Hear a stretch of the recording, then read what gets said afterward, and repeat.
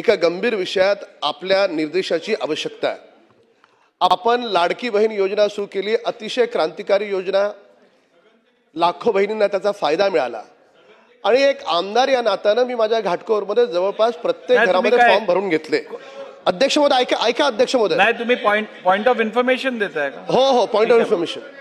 तर माझ्या मतदारसंघात भरून घेतले। आजही काही महिला माझ्या घरी आल्या, अध्यक्ष महोदय आजही महिला काही घरी आल्या आणि त्यांचं म्हणणं एवढं आहे की सुरुवातीला 2 महिन्याचे त्यांना पैसे आले, काही महिलांना एका महिन्याचे पैसे आले आणि नंतर ते पैसे यायचे बंद झाले।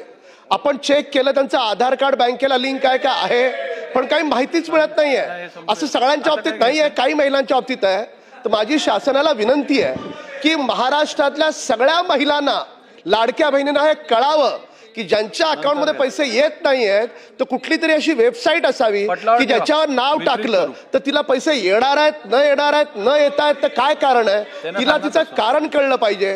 कारण ती लाडकी बहीण आजही आशेवर आहे की मला 2 महिन्याचे पैसे मिळाले, पुढचे पैसे मला मिळणार की नाही मिळणार। माहितीबद्दल धन्यवाद। निर्देश द्यावेत की सरकारनं अशा स्वरूपाची वेबसाईट सुरू करावी आणि विरोधी पक्षाला बोलण्याचा काय अधिकार नाही। तुम्ही त्या लाडक्या बहिणीला खडकू दिला नाहीत, आम्ही दिलेत पैसे आम्ही, आणि ज्या बहिणींना मिळत नाहीत त्या बहिणींना सुद्धा आम्ही देऊ।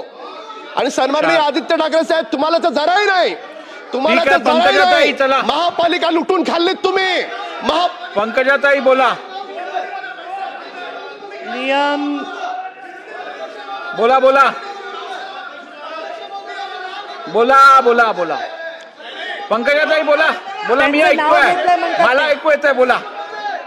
त्यांचं महाराष्ट्र विधानसभा, आता विषय वाढवू नकात, ठीक आहे। निवेदन पटलावर ठेवण्यात आले। लक्षवेधी क्रमांक 1,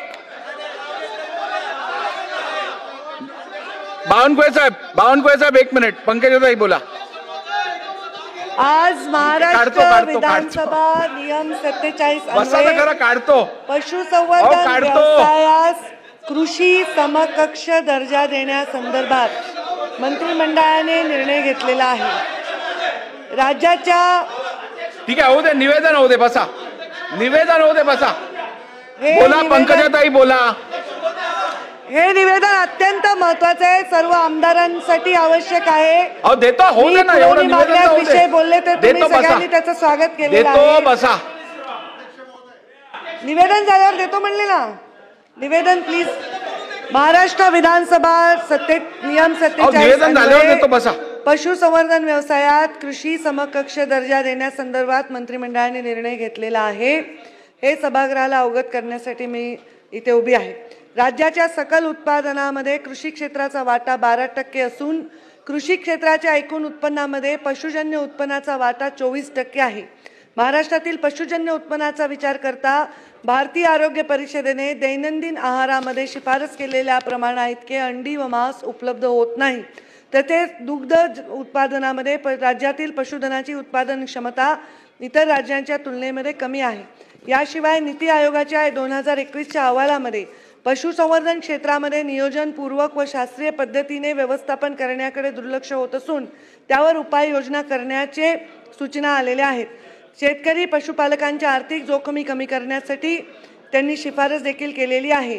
दिनांक 17/7/2025 रोजी मंत्रिमंडळाने पशुपालन व्यवसायाला प्रोत्साहन देण्यासाठी अतिशय क्रांतिकारी निर्णय घेतलेला आहे। या निर्णयानुसार राज्यातील पशुपालन व्यवसायास कृषी व्यवसायाचा दर्जा देण्यात आलेला आहे।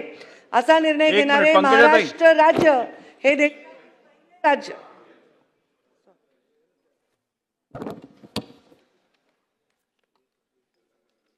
असे करणारे महाराष्ट्र राज्य हे देशातील पहिले राज्य असेल। याबद्दल सन्माननीय मुख्यमंत्री आणि दोन्ही उपमुख्यमंत्र्यांचे आभार आणि अभिनंदन। यामध्ये वीज दर आकारणीसाठी कृषी व इतर वर्गवारीनुसार कृषी वर्गवारीप्रमाणे त्यांना लाभ देण्यात येतील। ग्रामपंचायत कर मध्ये लाभ देण्यात येतील। पशुपालन व्यवसायात पंजाबराव देशमुख व्याज सवलत योजनेच्या धर्तीवर व्याज दरामध्ये सवलत देण्यात येईल। कृषीप्रमाणे कुक्कुटपालन व पशुसंवर्धन व्यवसायासाठी सोलार पंप व सोलार संचाच्या संदर्भामध्ये उभारणी करण्यामध्ये सवलत देण्यात येईल। या निर्णयाचा लाभ राज्यातील सुमारे 76 0.41 लक्ष पशुपालकांना होणार आहे. या निर्णयामुळे पशुजन्य उत्पादनातून सुमारे 7,700 कोटी रुपये इतकी वाढ होणे अभिप्रेत आहे.